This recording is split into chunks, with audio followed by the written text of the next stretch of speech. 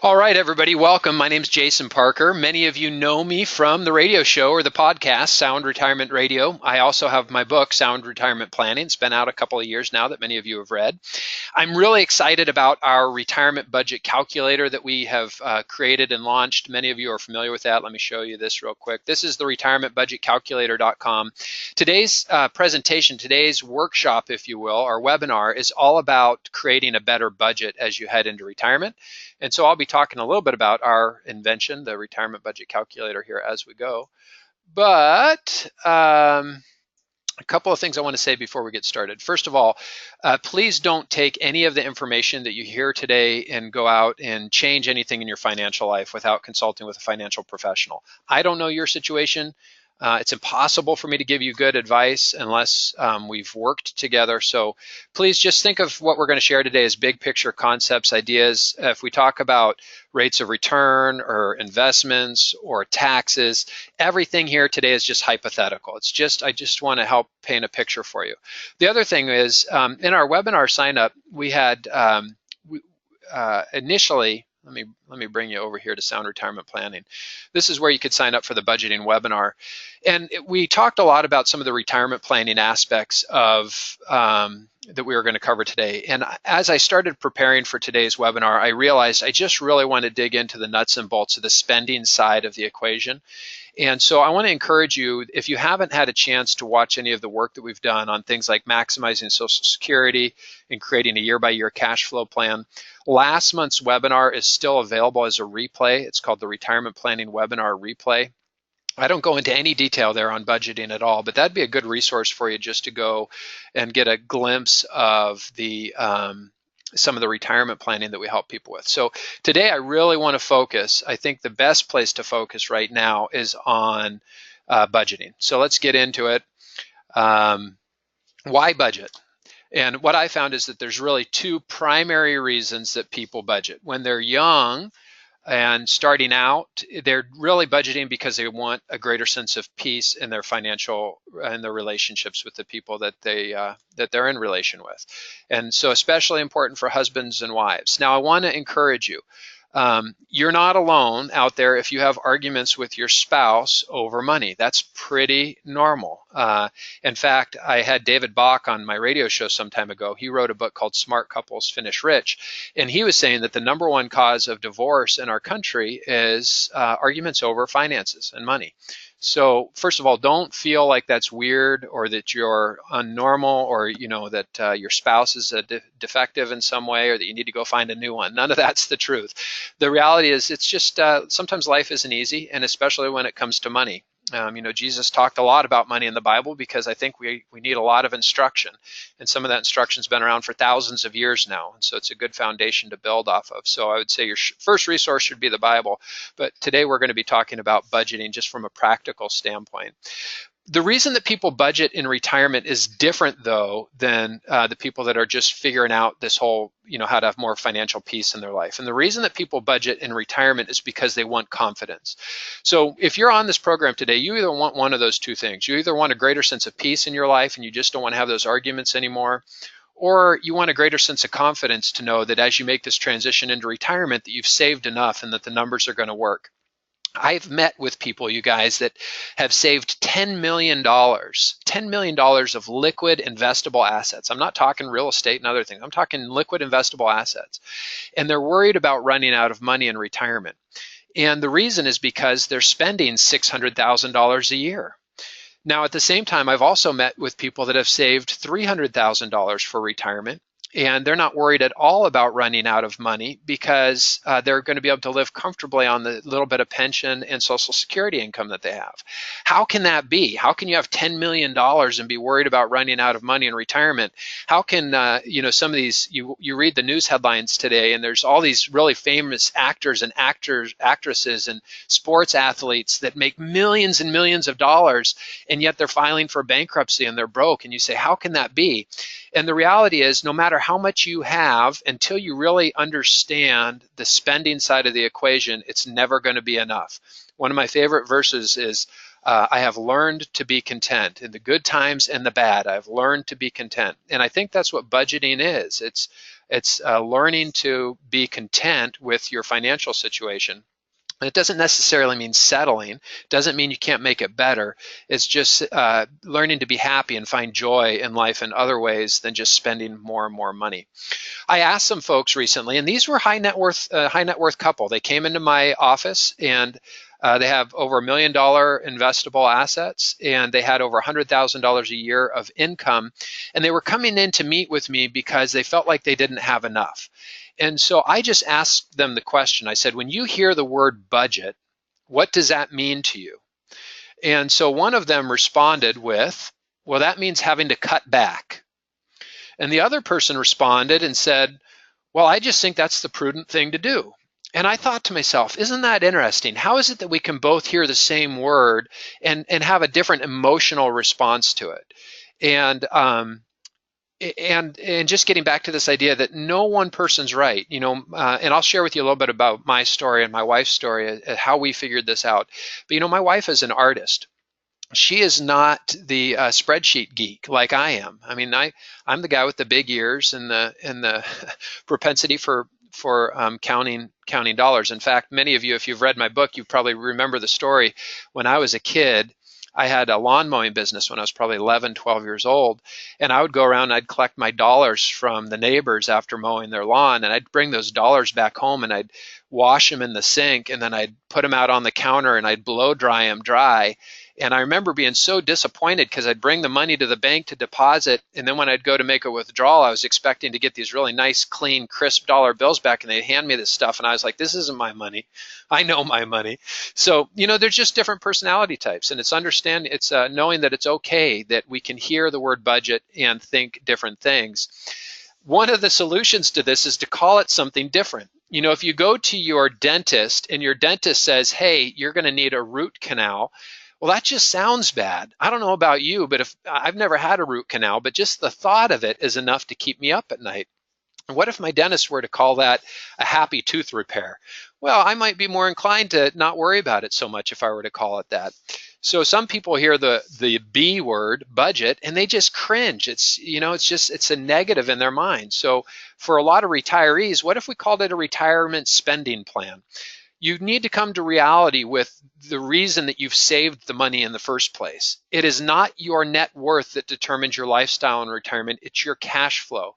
It's making sure that the income that you have coming in matches up with the expenses that you have going out.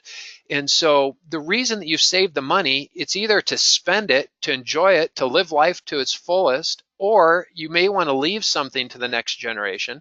My experience has been there's usually a little bit of both, but the reality is it's not about having the biggest balance sheet. And I've met with people that have a big balance sheet, they have no income, and they're still working in their 70s because they don't have enough cash flow. So just recognize that as you transition into retirement, it is not a matter of accumulation anymore. What you're trying to do is make sure you have enough income coming in so that you can live the life that you really want to live. And if you're just trying to figure this whole budgeting thing out, because today's webinar, this could really be helpful for some younger people too, that were in a situation like my wife and I were in when we were getting started and figuring out this budgeting thing. Okay, so as you start thinking about your retirement, where do you have the greatest influence? Do you have the greatest influence on return on investments? Can you predict what the stock market's going to do? Which asset class is going to perform the best? When the market's going to go up and when it's going to go down? No, you don't. Inflation. Can you predict inflation? Probably not. There's a lot of really smart people out there with PhDs that they can't even seem to figure out inflation. And even the guys that are pulling the strings and printing the money can't make inflation happen when they want it to. So you're probably not going to be able to guess what it is. Taxes. Look, who knows what's going to go on with taxes right now? There's all kinds of talk in Congress that taxes could change. Can you control taxes? You can't control it. Public policy risk. Do you have any, how much control do you have? How much influence do you have over what Congress does? Are they going to slash Social Security? They're going to keep it going? Are you going to have to pay more for Medicare? You have very little control over these things. Healthcare events. As we go down this list, you may have some more influence. You can vote on taxes and public policy risk. You can, healthcare events, you can go to the gym and work out and try to take care of yourself, eat right. But spending is the one area as you transition into retirement that you have the greatest influence over. It's the reason that you can have somebody with $10 million worried about running out of money versus the person that has $300,000 and is probably never going to spend a penny of their retirement because they figured this out. So it is your spending that determines your lifestyle. Your spending and your cash flow are your two greatest pieces that you can control. One of the number one questions we hear from people when they're wanting to consult with us and have us help them create a plan is they just want to know, have we saved enough? Do we have enough that we're going to be able to last the rest of our life, or do we need to keep working, or what are some of the things we need to be thinking about? And you will notice that anybody that's really doing retirement planning for you, I'm not talking about generic rules of thumb, but people that are really doing retirement planning, in order for anybody that's competent to be able to give you advice, they're going to ask you how much your spending is, because how much you spend divided by a reasonable spending rate has been historically the way that we answer this question. So what I mean by that, for example, if you're planning on spending $20,000 a year divided by a reasonable spending rate, the historical, based on the Trinity study, has been 4%. $20,000 divided by 0.04 says that you need to have a $500,000 portfolio. The opposite way of doing that is multiplication. You could say $20,000 times 25 is $500,000. And so if you're taking a 4% withdrawal rate adjusted for inflation and you only need $20,000 a year, then you should be okay if you think the 4% withdrawal rate is going to hold up. Now, there's a lot of reason to think that maybe that is old data. A lot of this research was done in the early 1990s. And some of the updated research says that maybe a 2 to 3% spending rate is more reasonable. So if you take your same $20,000 divided by 3%, 0.03, it would tell you that you need to have $666,000 saved. Or take 20,000 multiplied by 33 would tell you that you need your $666,000. So to give you some baseline, some foundation of have you saved enough. Now, is this a comprehensive retirement plan? Absolutely not. Right? This is not answering the question of, are the numbers going to work? There's no stress testing. We don't know what happens when one spouse dies. We don't know what happens if there's a poor sequence of returns. We don't know what happens if somebody needs long-term care. That's all done in a comprehensive plan. And like I say, you can get into the retirement planning webinar replay that we already have up to really dig into that more. Today, I really want to focus on the spending piece and making sure that you have a good understanding of how much you spend as you make this transition. Most people have heard of the sequence of return risk in retirement. And essentially what it says is that if you're drawing money out of your portfolio and you are also experiencing a poor sequence of returns, that especially in the early years of retirement, it can have a significant impact on whether or not your money's going to last. The other side of this risk equation that people really don't talk about, because it's not the attractive thing to think. Everybody wants to talk about how much money can grow. How can we get it to grow more? But the other risk is what I call sequence of spending risk. What happens if you spend too much money in the early years? So in this particular example, I just wanted to give you a quick example. You'll notice over here, I'm saying we have life savings. I'm saying there's a 5% annual return on that money every year. And then over here, we're saying this gentleman has $2,000 a month of Social Security, $24,000 a year. His wife has $2,000 a month, $24,000 a year. We're assuming an effective tax rate of 12%. Their after-tax income is going to be $60,000, and their target income is going to be $60,000. And then we're going to increase that target income for inflation. So just a real basic spreadsheet. But what you can see is if we have $500,000 and we're earning 5%, the balance is growing a little bit, but we're having to pull money out for inflation until we get down here to about year 10, and then all of a sudden the $500,000 starts going upside down because inflation's beginning to eat our lunch. By the 10th year, now we need $78,000 of income. But we started out only needing $60,000 a year, adjusted for inflation. You can see if that $500,000 is earning 5%, the money's going to last till about age 92 and 93 in this hypothetical example before we start running a deficit or run out of money. And that's not a bad scenario, because if you're thinking about life expectancy, that gets you right up to probably life expectancy for many people. But let me show you what happens now if instead of spending $60,000 a year, we take all of these same assumptions, and now we're spending $70,000 a year because we didn't really understand our spending before we made the jump, before we made the leap into retirement. So now we're starting with 70,000, and you'll notice an extra $10,000 a year compounding at 3% means that the money ends up only lasting until age 83 and 84 before we've depleted that portfolio down to zero. Think about that, $10,000 extra spending every year, and it results in 10 years less time that your money is going to last. Now, $10,000 in today's world isn't a lot of money. I mean, if you're going to go on a cruise, that's going to probably cost you $6,000, and then you spend an extra couple $100 on money flowing through the cracks that you didn't think about. It's pretty easy to spend an extra $10,000 if you're just doing this thing really loosey-goosey. I don't want to scare you, but there was a time back after the financial crisis, I remember I met with some folks who they had retired with about $500,000. And when they came into my office, due to a poor sequence of returns, the stock market didn't perform the way that they had anticipated, and they spent more than they had really thought about. They just never really gave their spending much thought. They didn't have any idea of how much they were spending. By the time they came in to see me, that $500,000 was almost all gone, and they were only in their 70s, and now they're in a position where they're looking at having to either sell the house or take a reverse mortgage.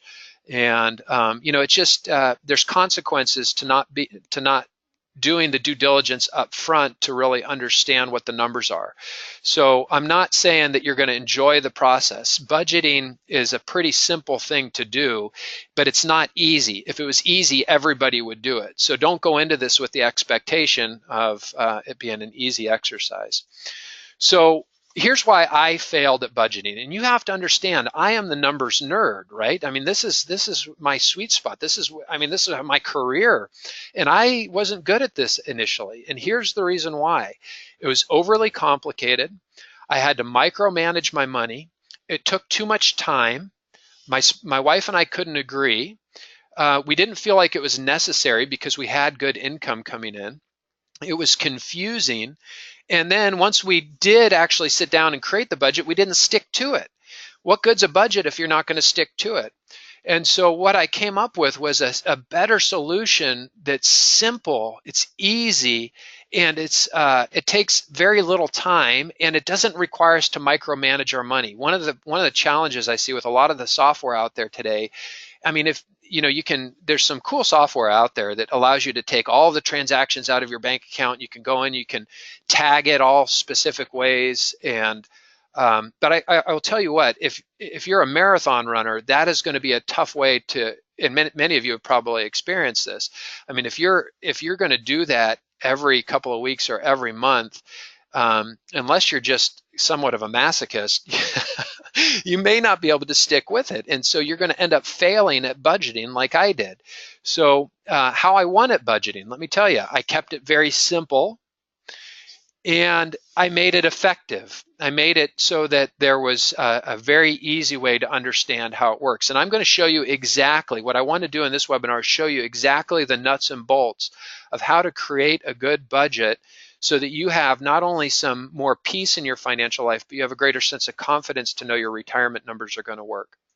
So what to expect as you're going to build this thing for yourself. You're going to have to do it on your own. Nobody's going to do it for you. And you can, on a couple of hours on a Saturday morning, sit down with a cup of coffee. And again, if I were to hand this off to my wife, this is just not her strong area. She is not going to enjoy the numbers. Usually in a married couple, one of you is going to be more the artist and one of you is going to be more the numbers nerd. And in my case, I tend to be the numbers nerd. So I'm the one that sits down with a cup of coffee on a Saturday morning and I start crunching the numbers.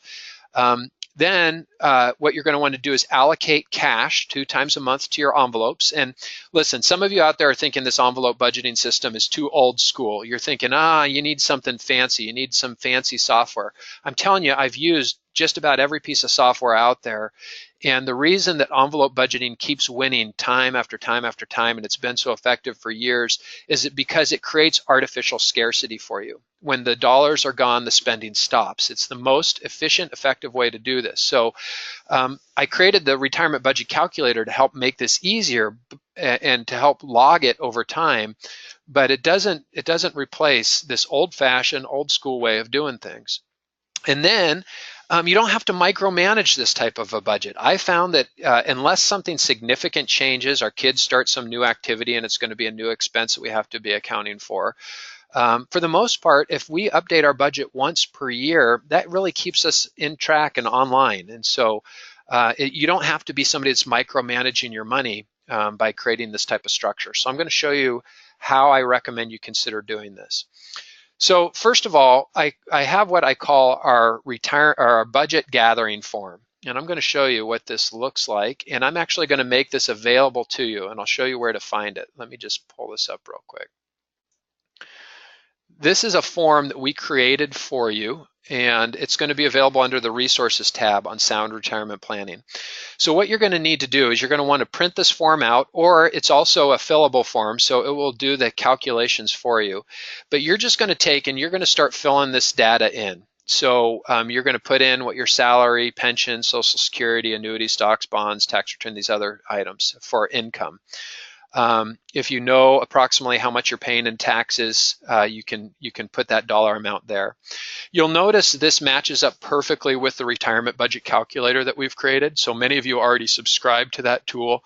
But you're going to, for your housing, you're going to say, okay, what day of the month is the housing due? So you'll notice right here, we're going to say, okay, this is real estate taxes are due on the 15th of every month. And then you're going to go through and you're going to say, how much do we pay on average per month? This is probably not a good one. We'll say electricity. Let's say you pay your electric on the 1st, and then you're going to go through and you're going to say, well, I paid $150 one month. The next month I paid $200. Kind of hard to draw with this thing. And then what the calculator is going to do for you is it's going to come over here and it's going to give you the average of 3 months worth of spending. So you say, Jason, wait a second, how am I going to know how much I'm spending? Well, guess what? You're going to have to actually pull out your checking account balance. Let me show you here. So this is, for example, pulling up our looking online. So I just pull up the data within our bank and I say, okay, I can go and I can see that for our gas bill, we spent $27.39 in August, and $29 in September, and $26 in October. And for our electric bill, we spent $114, $118, and $156. And so what you're going to do is you're going to come up with an average. Now, if you're really crazy, you can do all 12 months of data so that you have the most accurate information. Or I'll show you how you can, if you want to assume higher bills in the summer and lower bills in the winter, how you can also use the calculator for assuming that. But if you just come up with a simple average using the 3 months, it's going to get you close enough for government work, as they say. Horseshoes and hand grenades. Again, I know some of you out there, you like to allocate every single dollar. You do this zero-based budgeting. I'm not opposed to it, but what I find is that I like to have a little bit of wiggle room in that because I'm spending cash, if I'm not allocating every dollar, then I've got a little bit of money in the checking account that grows over time that gives us a little bit of an emergency fund. So there's extra funds in there. I never have to worry about being in a position where a checking account is going to be overdrawn. So you're going to go through all of your bills and you're just going to go through this exercise, understanding where the money's going. Now, once you understand what your income is, you minus your expenses. Now, when I say expenses, these are fixed expenses. These are things that you have that you're always going to have. For example, you're probably always going to have your electric bill, right? That's not, most likely that's going to be something that you have every month. Maybe garbage is every 2 months. You're going to have a water bill. You're going to have sewer. Maybe you have cable and internet and a cell phone. You're going to have these different expenses.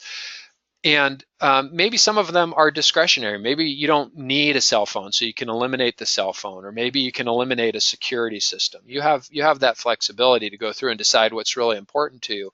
But after you've went through and just identified what the expenses are, in this case, let's say you have income of $6,000 a month, your expenses are $4,000 a month, that provides you with a $2,000 that hasn't been allocated. Now, that $2,000, there's only so much money, right? You can't just spend money that you don't have.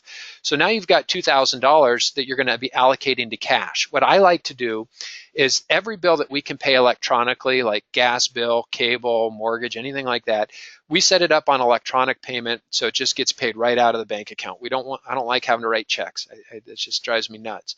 But then for our spending cash, we've got our $2,000 here, and we're going to say, okay, well, Becky and I want spending cash, and maybe we want to set some money aside for babysitter. And if you don't have kids anymore, maybe you're setting it aside for grandkids' birthday presents or birthday gifts, or maybe you're setting aside some cash for Christmas. It happens every year. Don't be surprised when next month we're celebrating Christmas. You've got your anniversaries that you might want to do something special for. I get a haircut every month, believe it or not. My wife, she likes to get her haircut. And let me tell you, as you're going through the budget, you're going to have to make some decisions about what your priorities are. One of the things that I found frustrating before we really got a good budget and we used cash in our envelopes was that it was so easy just to swipe the debit card anytime an expense came up. And then what would happen is I would go through the checkbook register online, and I would be frustrated when I saw how much money my wife spent to get her hair done. Well, I like that my wife looks really good and her hair looks beautiful, and that's really important to her, but it was a frustration to me. I didn't understand how her hair could cost so much to get done and mine cost so little. Once we agreed on the dollar amount and I put that cash in that envelope, I don't care what happens to it anymore because we've already agreed on it. So it just creates, like I say, a greater sense of peace, and that's what you're looking for. Things like going out to restaurants, pet food, fitness, entertainment, kids activities. We like to allocate cash for groceries so that we're not spending using a debit card. Now, I know, again, that many of you like to use your debit card, but I will tell you, debit cards are designed to get you to spend more money. So this may not be something you need to do forever, but if you're in this year, maybe 2 years from retirement, why don't you just see what it's like to only spend cash? Create this artificial scarcity before you jump into retirement, thinking that you can. I met this one guy. He came in and he said, Jason, I only spend $3,000 a month was his budget. But he was getting paid $12,000 a month, and he wasn't saving anything. And I said, well, if your budget's $3,000 and you're earning $12,000, where's the other $9,000 going? And he said, oh, well, maybe I am spending more than I realized. That's some dangerous math there as you're trying to have more confidence. So here's the next thing. Within the retirement budget calculator, we allow you to tag expenses with cash. Let me just see if I can pull this up for you. This is inside the retirement budget calculator. So as you're going through, and you don't have to use this tool. Again, we'll give you this spreadsheet that you can use to get started with. But the reason I created the retirement budget calculator is because you can go through and you can identify, okay, let's say, actually, let's go to an example here. Let's say you've got food and you're going to spend, let's just say $1,000 per month on groceries. Now, when I say groceries, that doesn't mean all food. It means anytime I go to the grocery store. So if I'm buying toilet paper or cleaning supplies, that falls under my grocery bill. How much money do I spend when I go into Central Market or Safeway? So let's say it's $1,000. Let's say that that's monthly. We'll say I pay us that on the first of every month. And then I'm going to say the payment type is cash because I want to be able to take that cash when I get paid and determine that. When I select monthly, it's going to assume that every month is selected over here. This is a new feature that we added in the retirement budget calculator. And then I'm going to assume that expense is going to increase every year with inflation. So now I can come over here and I can look at my quick view report. And one of the important things that you notice this does is it allows you to see your expenses on a monthly basis. So you don't just want to have a budget, you want to have a monthly budget. Spending in retirement is not smooth. There's a sequence of return risk, there's a sequence of spending risk. Understand that you're not going to spend the same amount of money every month. There's things like property taxes and long-term care insurance and just birthdays and Christmas and anniversaries, things that come up that only happen once a year, but you need to be planning for them from a cash flow perspective. But you notice it shows what the budget is on a monthly basis. But then I also have the ability to go over here to my monthly details report, where I can run a report and say, show me all of the expenses where I pay cash, apply the filters to that, and then you'll see on the first, I need $1,000 for groceries. Or if I just want to see all of my expenses, I can say, show me all of my expenses,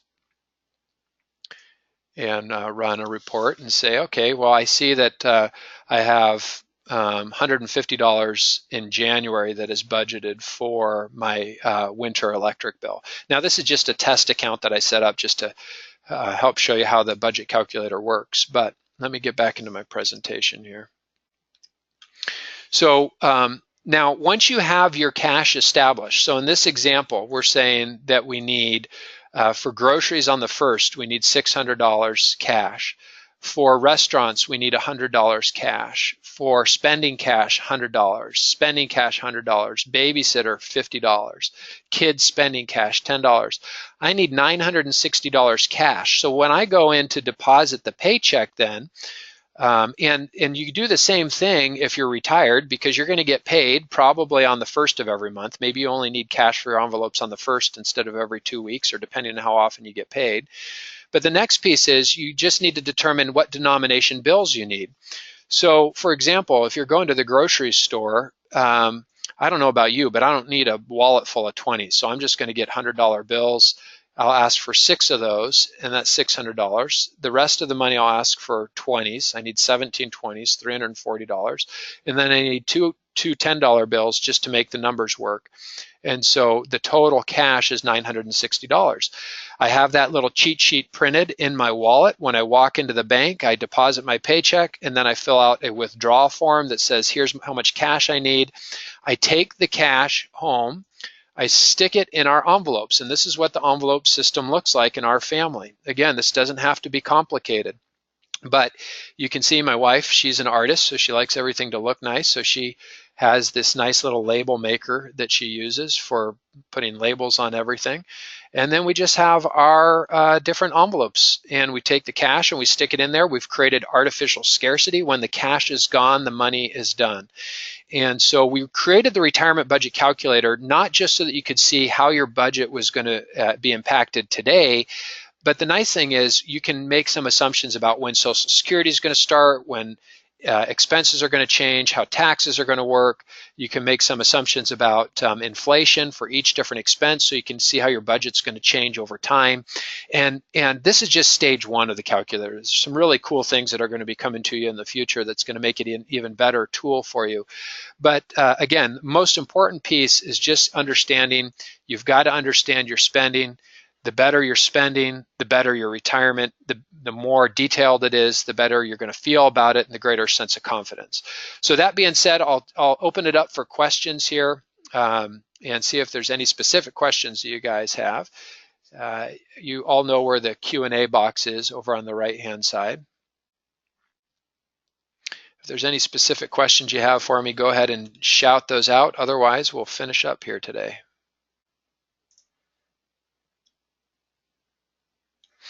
Hey, David, welcome.